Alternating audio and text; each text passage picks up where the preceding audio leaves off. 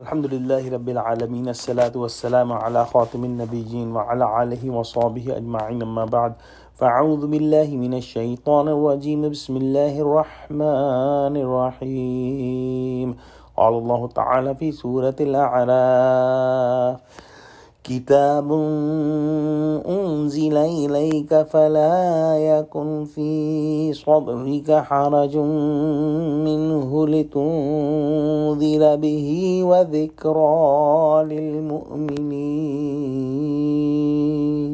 ترجمہ: اے محمد صلی اللہ علیہ وآلہ وسلم، یہ کتاب جو تم پر نازل ہوئی ہے اس سے تمہیں تنگ دل نہیں ہونا چاہیے۔ یہ نازل اس لیے ہوئی ہے کہ تم اس کے ذریعے سے لوگوں کو ڈر سناؤ، اور یہ ایمان والوں کے لیے نصیحت ہے۔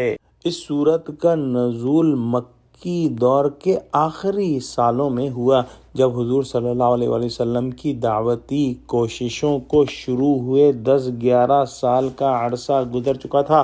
رسول اللہ صلی اللہ علیہ وآلہ وسلم دعوت کے لیے ہر ممکن طریقہ استعمال کر رہے تھے، مگر آپ صلی اللہ علیہ وسلم کی سال ہا سال کی جد و جہد کے باوجود مکے کے صرف چند لوگ ایمان لائے تھے۔ یہ صورتحال آپ صلی اللہ علیہ وسلم کے لیے باعث تشویش تھی۔ ایک عام آدمی تو اپنی غلطیوں کی ذمہ داری دوسروں کے سروں پر ڈالنے کی کوشش کرتا ہے، اور اپنی کوتاہیوں کو بھی دوسروں کے سروں کے اوپر ڈالنے کوشش کرتا ہے تاکہ خود صاف بچ جائے، لیکن ایک شریف النفس انسان ہمیشہ یہ دیکھتا ہے کہ اگر اس کی کوشش کے خاطر خواہ نتائج سامنے نہیں آ رہے تو اس میں اس کی طرف سے کہیں کوئی کوتاہی تو نہیں ہو رہی۔ اس سوچ اور احساس کی وجہ سے وہ اپنے دل پر ہر وقت ایک بوجھ جیسا محسوس کرتا ہے۔ لہٰذا جب حضور صلی اللہ علیہ وسلم کی مسلسل کوشش کے باوجود اہل مکہ ایمان نہیں لا رہے تھے تو بشری تقاضے کے تحت آپ صلی اللہ علیہ وسلم کو دل میں بہت پریشانی محسوس ہوتی تھی۔ اس لیے آپ صلی اللہ علیہ وسلم کی تسلی کے لیے ارشاد فرمایا گیا کہ اس قرآن کی وجہ سے آپ صلی اللہ علیہ وسلم کے اوپر کوئی تنگی نہیں ہونی چاہیے۔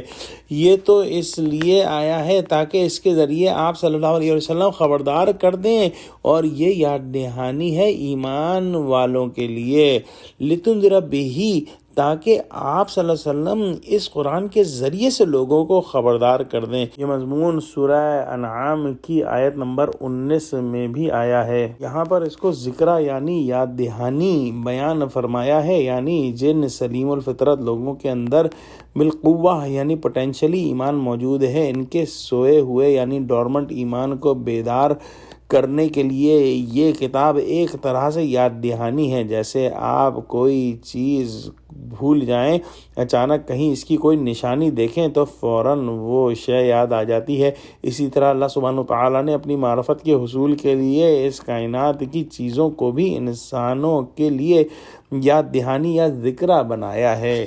دعا کرتے ہیں کہ اللہ سبحانہ وتعالی ہم کو قرآن کا فہم عطا فرما، ہم کو قرآن سے جوڑے، اور قرآن کی آیتوں کے ذریعے سے ہم اپنے اللہ سبحانہ وتعالی کے قریب ہوتے چلے جائیں۔ آمین۔ وآخر دعوانا الحمد للہ رب العالمین۔ السلام علیکم